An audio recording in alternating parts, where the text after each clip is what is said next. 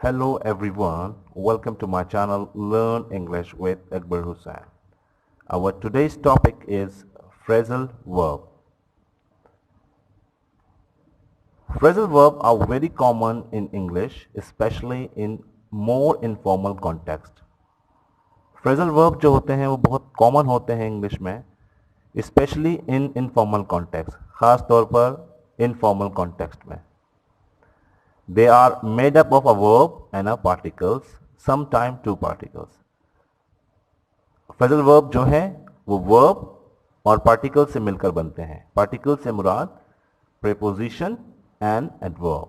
Sometime आपका particle preposition होता है, sometime adverb होता है. मिसाल के तौर पर एक phrasal verb है look after. Look after में look एक verb है, after एक particle है.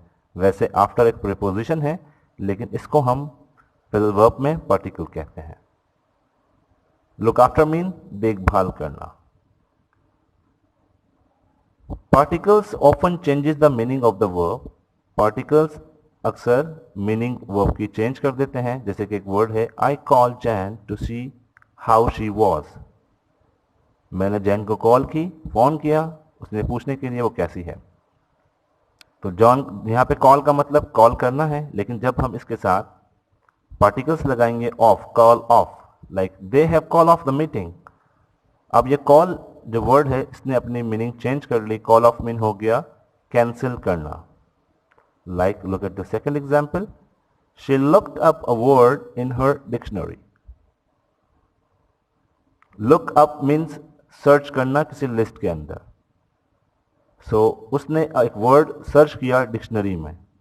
वैसे लुक का मतलब देखना होता है, लेकिन जब अप लगा, पार्टिकल लगा उसके साथ, तो शी लुक्ड अप, तो इसने मीनिंग चेंज कर लिया. इसने कर लिया सर्च करना, कोई चीज़ सर्च करना किसी लिस्ट में या किसी बुक में. When you use the same verb with a different particle, the meaning changes. जब हम कभी सेम वर्ब को डिफरेंट पार्टिकल के साथ यूज करते हैं, जैसे कि सेम वर्ब हमने यहाँ पे 3 ले ली हैं, put, put and put. Put को हमने डिफरेंट पार्टिकल के साथ यूज किया है, put off, put on and put back. So ये डिफरेंट मीनिंग देता है. Put off mean to postpone, मुलतवी करना. Put on mean to cover your body with clothes, कपड़े पहनना. To put back, to return something in its original place, कोई भी चीज उसकी वापसी जगह पर रखना.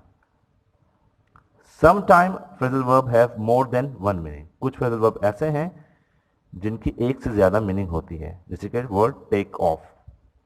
टेक ऑफ मीन रिमूव और टेक ऑफ मीन लीव. जैसे कि टेक ऑफ का मतलब कोई चीज उतारना जल्दी में. जैसे कि आप घर गए, आपने जैकेट उतारी, it means you take off your jacket. You take off your shoes. Take off means leave करना, मतलब जहाज जैसे उड़ता है वो टेक ऑफ करता है, उसका मतलब भी टेक ऑफ होता है. Now here are few common phrasal verb. The first, bring up. Bring up means raise children. In Urdu meaning it's परवरिश करना, पालना पोसना, तरबियत करना. If you see the sentence, it isn't easy to bring up the children nowadays. आजकल बच्चों की परवरिश करना या उनकी देखभाल करना, उन्हें पालना पोसना आसान काम नहीं है. The second phrasal verb of the day, look up. Look up means search in a list. List में कोई चीज सर्च करना. You have misspelled this word again. You have better look it up. आपने इस वर्ड को मिसस्पेल किया है दोबारा. आपके लिए बेहतर है कि आप इसे देख लें, सर्च कर लें. In other word, order, there are two main types of phrasal verb, separable and inseparable. Separable जो होते हैं वो सेपरेट हो जाते हैं. जैसे कि ऊपर वाले एग्जाम्पल में लुक अप में लुक इट अप, मतलब बीच में इसके, इन दोनों के बीच में लुक अप जो है वो सेपरेट हो जाते हैं. साथ होना जरूरी नहीं है, लेकिन जो इनसेपरेबल फ्रेजल वर्ब होते हैं वो सेपरेट नहीं होते हैं. Pick out. Pick out mean choose, मुंतखब करना. There were 3 men in the lineup. She picked out the guy she thought had stolen her purse. 3 बंदे थे, एक लाइनअप पे खड़े हुए थे, उसने एक बंदे को बाहर निकाला, वो सोच रही थी कि उसने उसका पर्स चुराया है. पिक्ड आउट मीन्स आपको एक चीज़ें दी हैं, उसमें से आपको कोई पिक आउट करना, कोई चीज़ चूज करना. look into, look into mean investigate, मतलब छानबीन करना, तफ्तीश करना. The police will look into the murder case. Police जो है वो छानबीन करेगी मर्डर केस में. Look into. Get rid of. Get rid of means छुटकारा पाना, eliminate करना कहते चीज को. The citizens tried to get rid of their corrupt mayor in the recent election. शहरियों ने कोशिश की छुटकारा पाने की करप्ट मेयर से. मेयर बोलते हैं जो हेड ऑफ द सिटी होता है. इन द रिसेंट इलेक्शन मतलब जो अभी इलेक्शन गुजरे हैं. Come up with. Come up with का मतलब होता है किसी चीज के साथ कंट्रीब्यूट करना या सजेशन, किसी को राय देकर पार्टिसिपेट करना या फिर मनी पैसे देकर करना.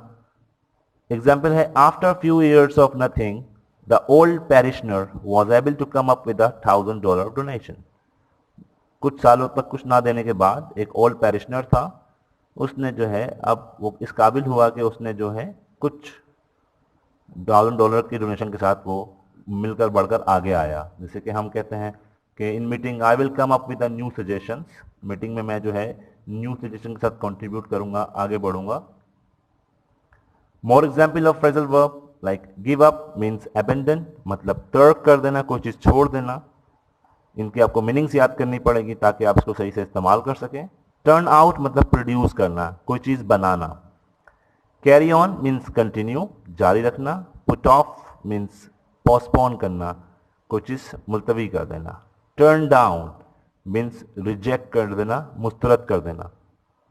Look after to take care of means देखभाल करना. कॉल एट विजिट करना. Bring up trying to do work, किसी की तरबियत करना, किसी की परवरिश करना. Call on a brief visit to मतलब कुछ देर के लिए, थोड़े वक्त के लिए विजिट करना.